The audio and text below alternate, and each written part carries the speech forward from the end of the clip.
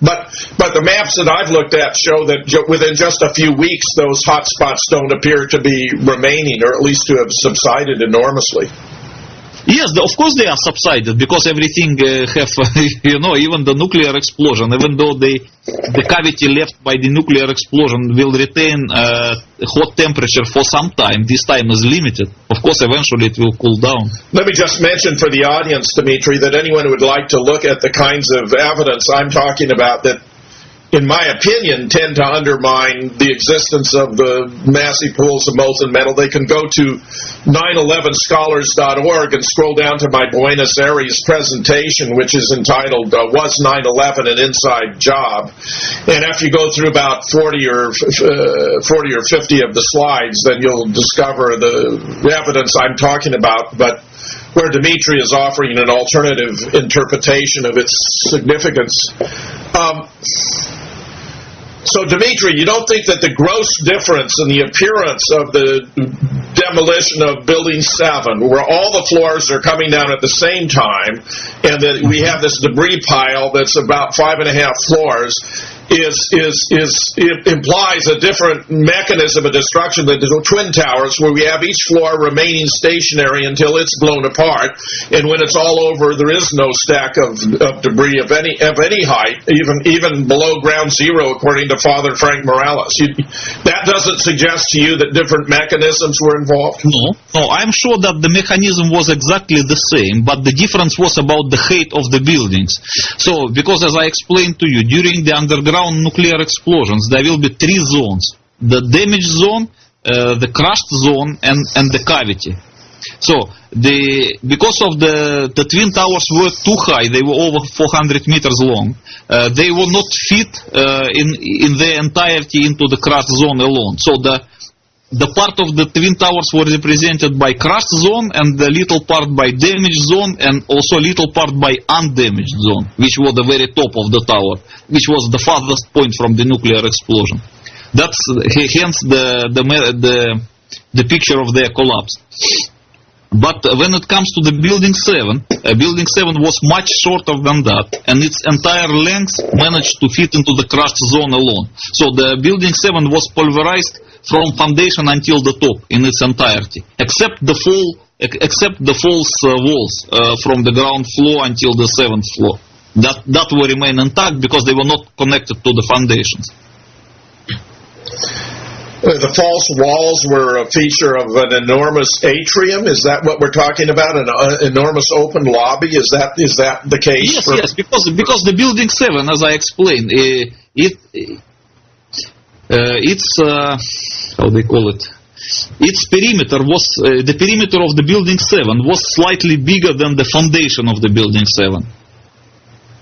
That's why it has a special supporting structure, which was from foundation until the ground 7, until the floor number 7. So the outer walls of the Building 7, which were from the ground level until the 7th floor, they were not structurally connected to the foundations. That's why we can call them false walls. And since they were not connected to the foundation, they were not pulverized by the explosion, by the nuclear explosion. But the rest, everything which was above the 7th floor, including outer walls, was pulverized completely. This is very interesting. You're aware of the BBC reporter Jane Stanley, who reported that at 4:57 that the building had collapsed, which was, of course, 23 minutes before it would actually take place? Yes, of course. And by the way, her report was not the first, because I have the original BBC footage. I think that about 6 minutes before her, another BBC reporter reported the same thing. So Jane Stanley was actually the second, not the first. So what's your take on this? They just got ahead of the script. They knew it was going to happen because it had been planned. And here we have a major news service reporting what they have to have learned from intelligence agencies, I presume. Would that be your take? I don't think they learn it from the intelligence agency. I think they learn it from probably the Department of Building officials who were responsible for the demolition. Because once they decided to demolish that, they just informed people to get from this area, for safety.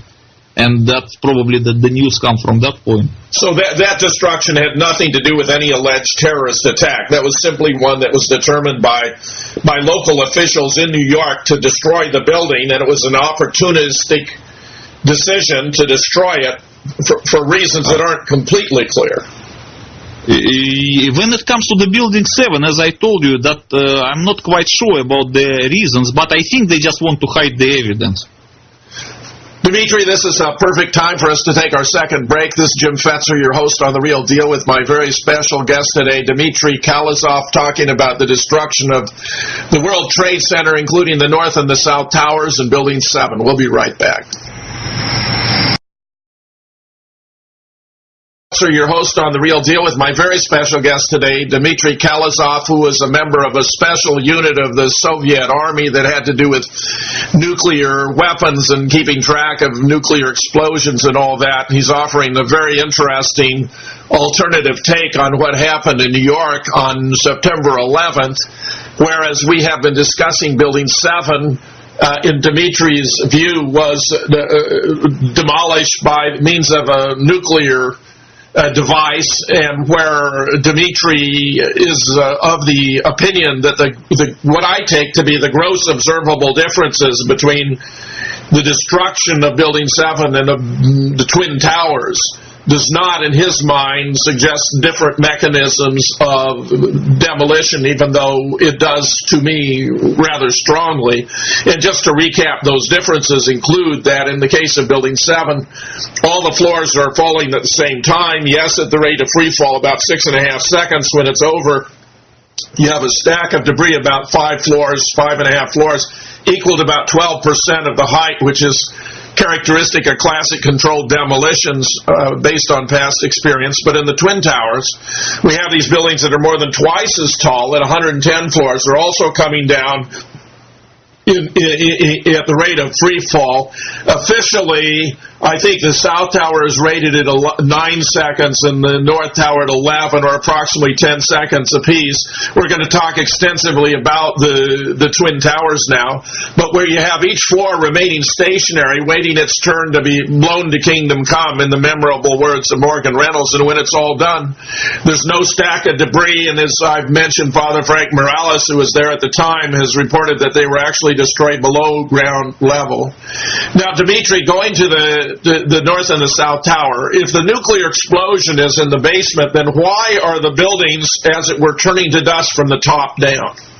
Okay, first of all, I would like to correct that the nuclear explosions were not at the basement, they were much below the basement. So let's say the basement of the Twin Towers was like 27 meters below the ground level. Okay. But the nuclear explosions took place 50 meters below the lowest foundation. So it means it was 77 meters from the ground level. That's just astounding. That is just astounding to me.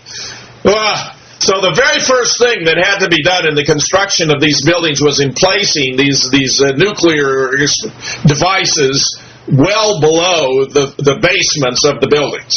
That had to have been the very first thing to have been done. In other words, arranging for the demolition before the buildings were even erected. Yes, it looks like this.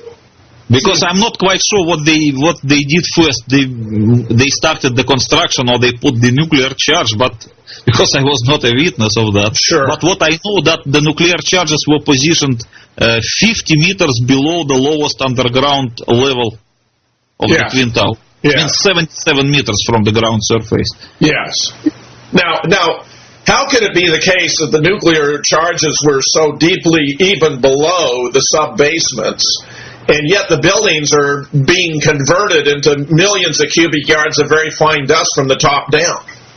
Okay, I will try to explain it. So you see, let's imagine that we have the nuclear charge positioned 77 meters below the ground, and the foundation of the tower is 27 meters below the ground. So it means from the foundation until the nuclear charge is 50 meters now. So when the nuclear charge is exploding, it will begin to evaporate rock around itself by hitting the rock. Right. Okay, so eventually it will create a cavity. Yes, and there's a layer of crushed rock, crushed rock the size of a human hair, and then the other layers. Yes, go ahead.